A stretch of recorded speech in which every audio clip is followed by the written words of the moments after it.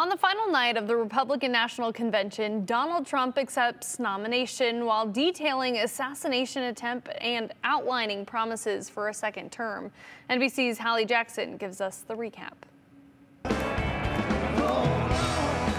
Before the balloon drop, a marathon monologue overnight with former President Trump taking the stage, his name in lights. I proudly accept your nomination for President of the United States. In his first speech since the assassination attempt against him. I'm not supposed to be here tonight. Not supposed to be here. Yes, you are.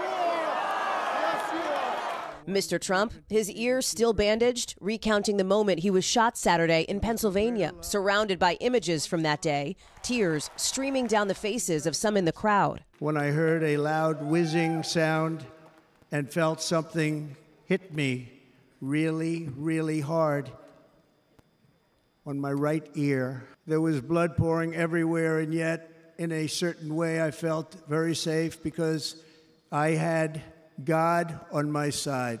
I felt that. The former president kissing the helmet of Corey Comparator, the firefighter who died at the rally protecting his family, before a moment of silence. And later, displaying the chart Mr. Trump had turned to see on the rally stage, a move he credited with saving his life. Last time I put up that chart, I never really got to look at it. But without that chart, I would not be here today. But despite the former president's pledge to deliver a more unifying message after the shooting, only a brief nod. I am running to be president for all of America. Before riffing, rally style, off script, repeating the grievances, conspiracies, and insults characteristics of his campaign speeches. Crazy Nancy Pelosi, the China virus. They use COVID to cheat.